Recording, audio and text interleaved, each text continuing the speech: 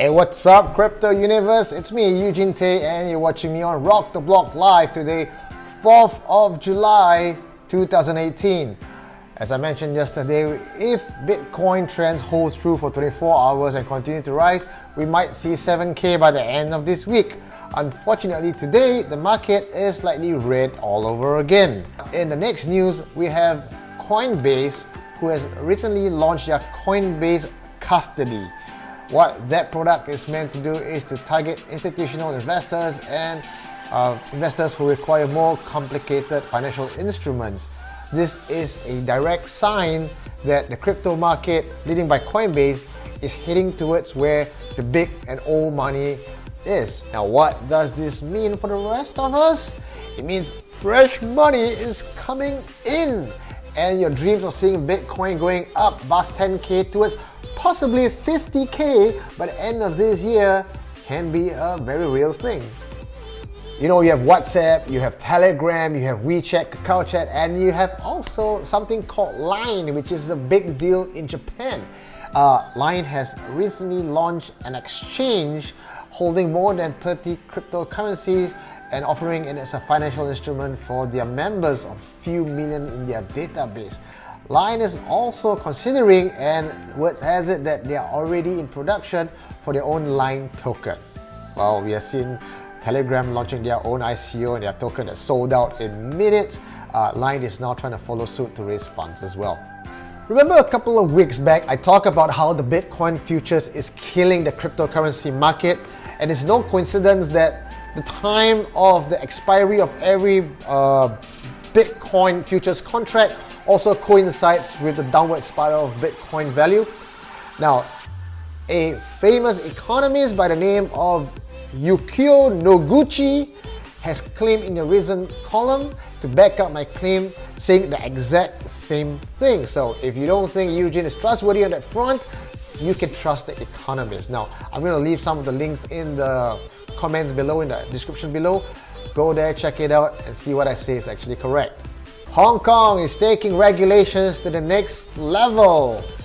Hong Kong Securities and Futures Commission, the SFC, have declared that they will keep a close watch on the crypto community because ICOs are considered very high risk, and they will take steps to intervene.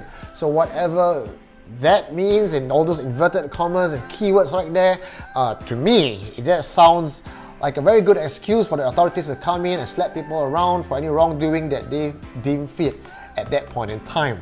So we have seen how, like Silk Road founder and a lot of the early Bitcoin movers getting really bullied into submission by the authorities, getting their Bitcoin taken away when there are no set rules or law governing this at all. So we are seeing regulations coming in, trying to find that even footing, giving technology a chance to grow, but at the same time, not taking an easy stance on people or the bad actors in the scene who make life difficult for everybody. So I'm not quite sure how to feel about this, because on one hand I do hate regulations, but on the other hand I do realize that a lot of people need protection, because if you guys get burnt and you guys not want to come into cryptocurrency, the rest of us suffers because the market is just going to be very, very sluggish. And on the note of regulations, I have one more news for you to end off today's topic. 5 nations join forces to combat money laundering. These 5 nations call themselves the Joint Chiefs of Global Tax Enforcement, or the J5 for short. Is taking a very tough stance on people who are avoiding or evading tax using cryptocurrencies and money laundering through borders using cryptocurrencies. So the days of you guys who are trading around millions and carrying just a thumb drive across the borders, your days are numbered. But the thing is, I don't quite know how they're going to put any of these regulations in place and to actually catch you guys doing it. So it's still not as easy. It's still not as easy as catching someone with a briefcase and a handcuff to the head, right? So that's all the news I have for you today. Nothing very exciting, no hacking news, no big tragedy in the crypto scene. Hey, it's me again, and this morning while I was recording the daily news for Rock the Block Live, and I said, very surprisingly, that there is no hacking news today and all is well. Unfortunately, the news came right after the video recording, and I found out that Binance got hacked. or in particular the API layer that connects the various tokens to be able to be traded on mobile phones. For Binance, security had a flaw and someone hacked into Syscoin and bumped up the token creation to a ridiculous amount of, let me get it here. It's a huge spike in the value of Syscoin. And it was actually under 0.0003 BTC to having a buy order of 96 BTC on Binance. If you look at the charts right now, it is ridiculous. So someone was just playing punk and went in to sort of test the security, I guess, and did something funky to it.